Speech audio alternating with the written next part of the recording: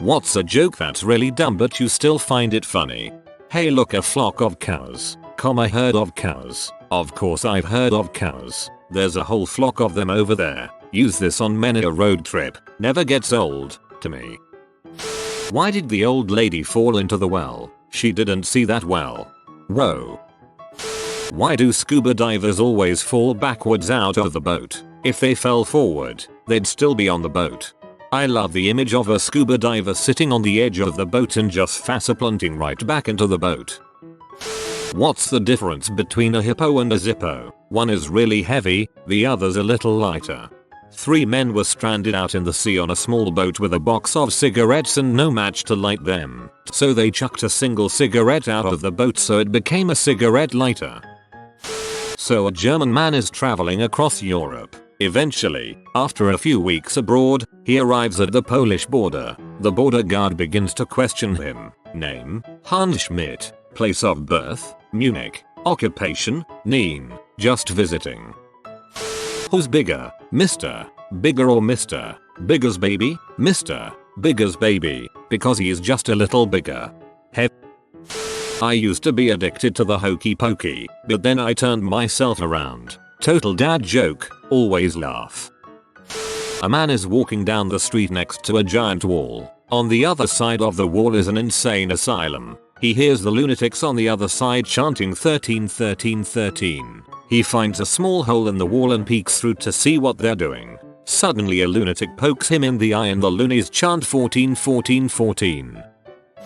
What did the pirate say on his 80th birthday? I'm 80.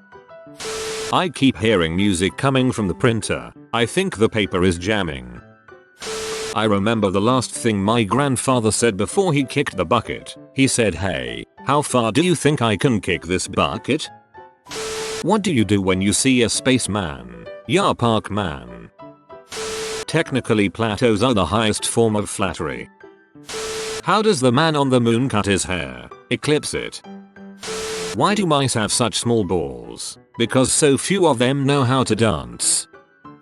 What's the difference between a dirty bus stop and a lobster with breast implants? One's a crusty bus station and the other is a busty crustacean. I first heard that from my 7th grade teacher and no one laughed but me. Then I realized I was the only one laughing, so I tried to stop but then made a weird neck noise. How do you titillate an ocelot? You oscillate its tit a lot. I think this joke just killed my sister. How do you think the unthinkable? With an iceberg. Our HR dept sends out emails for new employees that always include a fun fact, which is usually some lame thing that person had to come up with on the spot. Stuff like Thomas enjoys hiking or Sharon makes her own salsa or some other nonsense. My team makes fun of it regularly. Anyway, we hired a guy named Ruben and I messaged my buddy on the team that the fun fact about Ruben was that he is also a sandwich, and he just lost it. Like caused a scene making other people look over cause he was laughing so hard. Then I started laughing cause him laughing was so funny. So now anytime we go out to eat and they have a Reuben on the menu, one of says fun fact and we both crack up. It's dumb. Did you hear about the midget psychic that escaped from prison? He's a small medium at large. I have a phobia of over-engineered buildings. It's a complex. A string walks into a bar and orders a drink. The bartender says, "Hey, buddy, read the sign," and points to a sign reading, "This is a humans only establishment, so I'm not allowed in here because I'm a string." That's right. Now are you going to leave, or are we going to have a problem? I'm going. The string sighs and paces the parking lot outside in frustration when an idea hits him. He approaches the side of the building, leans over, and vigorously rubs the top of his string head against the brick surface until he's thoroughly disheveled. Then he re-enters the bar and orders a drink. The bartender is halfway through pouring the beer when he stops, looks up, and says, "Wait a minute. Are you that string that I just kicked out of here?" "No," says the string. "I'm afraid not. This one isn't really that dumb, but you reminded me of it anyway." An infinite number of mathematicians walks into a bar. The first one orders 1 pint of beer. The second one orders half a pint. The third orders a quarter. The fourth an eighth, and so on. After a while, the bartender puts down 2 pints of beer and says, "You mathematicians really need to learn your limits." What kind of bees make milk? Boobies. What do you call a fish with no eyes? FSSHHH. Knock knock. Who's there? Dishes. Dishes who? Dishes Sean Connery. What did 0 say to 8? Nice belt. Ever see geese fly in a V shape and notice one line is always longer than the other? Would you like to know why that is? Cause there are more geese in that line. This one works best with crowds or at parties. And be prepared, it's a long one. There once was a man who lived by a monastery. Every day he would go and pray as part of his morning routine. One day, he noticed an odd noise coming from behind a big red door in the back of the monastery. Curious, he went up to one of the monks and asked what the noise was, who replied by telling him, "Only the monks are allowed to know what the noise is. Become one and only then may you know." Frustrated but determined, the man spent the next 5 years of his life becoming a monk to get behind the doors. Once he was officially recognized as a priest, he went to the head monk and requested once again to know what was behind the doors. This time, the head monk simply nodded and handed him a red key. He took the red key and went to the red door and finally unlocked it. Behind the red door was a set of red stairs. He traveled down the red stairs and came across a locked blue door. He then traveled up the red stairs and through the red door, went to the monk and received the blue key.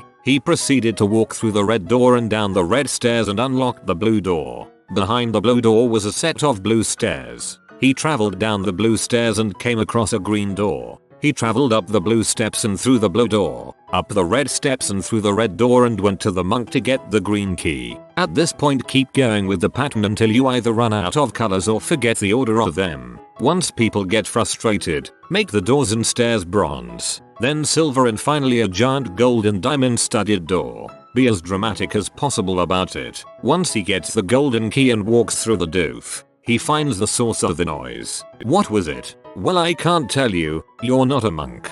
I was told this joke once by someone who is really super annoying anyway and she made it go on for about 5 freaking minutes before getting to the punchline. I wanted to rip my hair out. There's a blonde, a brunette, and a redhead, and they're all running from the cops. They run to an old barn and hide in potato sacks they see on the floor. The cop chasing them walks into the barn looking for them. He kicks the first sack, with the redhead inside, and the redhead says arf. Arf. The cop thinks it's a dog, so walks to the next one. He kicks the second bag, with the brunette, and she says meow, meow. The cop thinks it's a cat, and moves on. He kicks the third bag, with the blonde, and the blonde yells potato, potato. A skeleton walks into a bar and asks for a beer and a mop. A dyslexic walks into a bra.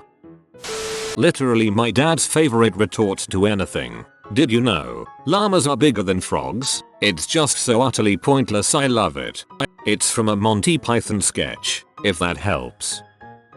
A man goes to a doctor. Doc, you gotta help me. My stomach hurts. I'm running a fever, and I think I'm deaf in my right ear. The doctor HMMS, checking him over. Looks like you've got Tom Jones disease. The man says, what? I've never heard of that before. Is it common? Well, the doctor replies, it's not unusual.